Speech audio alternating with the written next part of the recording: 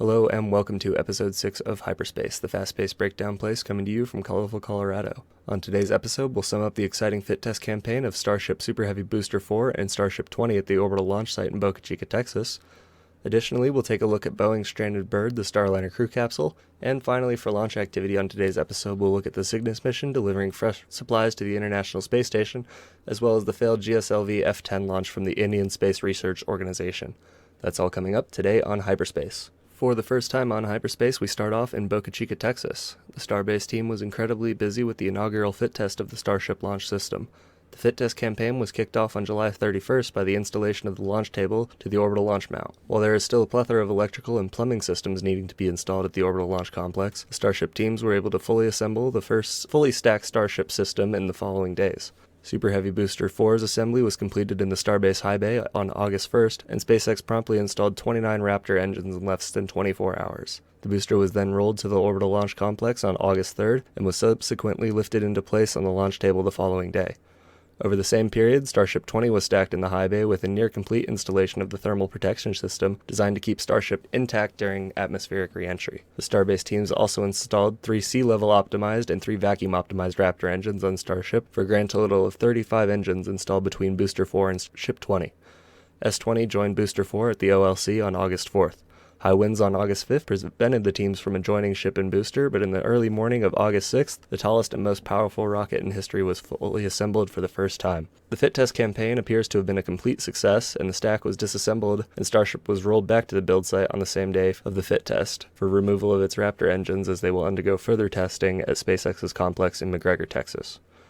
Booster 4 was removed from the launch table on August 10th and arrived back at the build site for a reunion with S-20 in the early morning of August 11th. It is presumed that its engines will also be removed and returned to McGregor for further testing. Moving from Texas to Florida, the highly anticipated launch of Boeing's Starliner crew capsule has once again been delayed.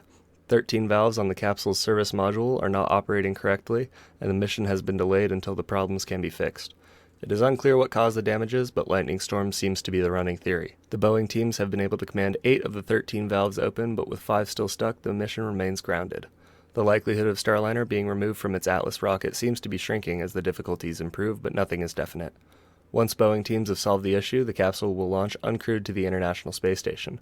This will be Boeing's second attempt at ISS rendezvous with the Starliner after the failure to do so on the Orbital Flight Test 1 mission in December of 2019, after software issues caused the misfiring of Starliner's thrusters 31 minutes after launch, making rendezvous impossible. Moving on from Starliner for the first flight of today's episode, we have a launch from Northrop Grumman on Wallops Island, Virginia.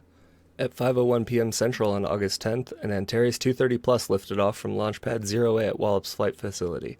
A minor valve issue resulting in an unstable helium supply during the countdown delayed the launch, but the Northrop Grumman teams were able to correct the issue without scrubbing the mission. The Antares carried the Cygnus resupply vessel to the International Space Station for the 15th time since the inception of the Commercial Resupply Services Program. The NG-16 Cygnus bears the name SS Ellison Onizuka.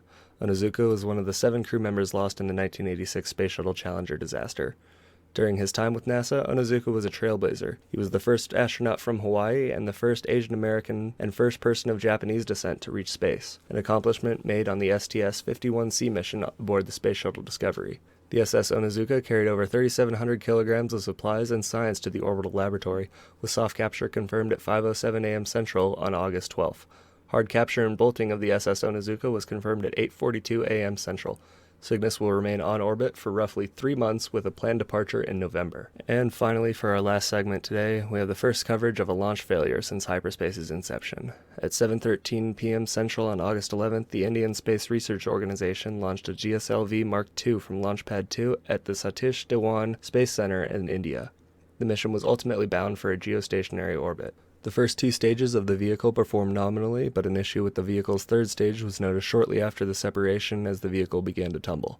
It is unclear at this time what caused the failure, as the ISRO team begins to review all possible data from the failure. The geoimaging satellite EOS-3 carried on today's mission was a complete loss. It's always tough to see a mission failure, and we wish ISRO a quick return to flight. And with that, we conclude today's episode of HyperSpace. In the coming weeks, we look forward to a Vega launch from Arianespace, a OneWeb Soyuz flight, and a smallsat launch from Astra. If you enjoyed today's episode, please share it with your friends and family, and as always, thanks for listening, and keep trucking.